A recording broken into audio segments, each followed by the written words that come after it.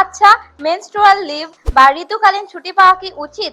আপনাদের কি মনে হয়? 2026 সালে 13ই মার্চ সুপ্রিম কোর্টের প্রধান বিচারপতি সূর্যকান্ত এবং বিচারপতি জয়নাল বাগচির বেঞ্চে এই সংক্রান্ত একটি মামলা বাতিল করে দেন এবং সুপ্রিম কোর্ট পিরিয়ড চলাকালীন ছুটির বিরুদ্ধে কিছু গুরুত্বপূর্ণ যুক্তি দেখায়। আদালত মনে করে আইন করে এই ছুটি বাধ্যতামূলক করলে নিয়োগকর্তারা নারীদের চাকরিতে নিতে দ্বিধাবোধ করতে পারে। এতে নারী কর্মীদের নিয়োগের হার কমে যেতে পারে। আদালত মনে করে এই ছুটি বাধ্যতামূলক করলে কর্মক্ষেত্রে নারীদের পিছিয়ে পড়া এবং পুরুষদের তুলনায় কম সক্ষম হিসাবে তুলে ধরতে পারে। তবে সুপ্রিম কোর্ট 2026 সালে জানুয়ারি মাসে এটিকে ঐতিহাসিক রায়ে ঋতুকালীন স্বাস্থ্যবিধিকে সংবিধানের 21 নম্বর অনুচ্ছেদের অধীনে জীবন ও মর্যাদার মৌলিক অধিকারের অংশী হিসাবে স্বীকৃতি দেন।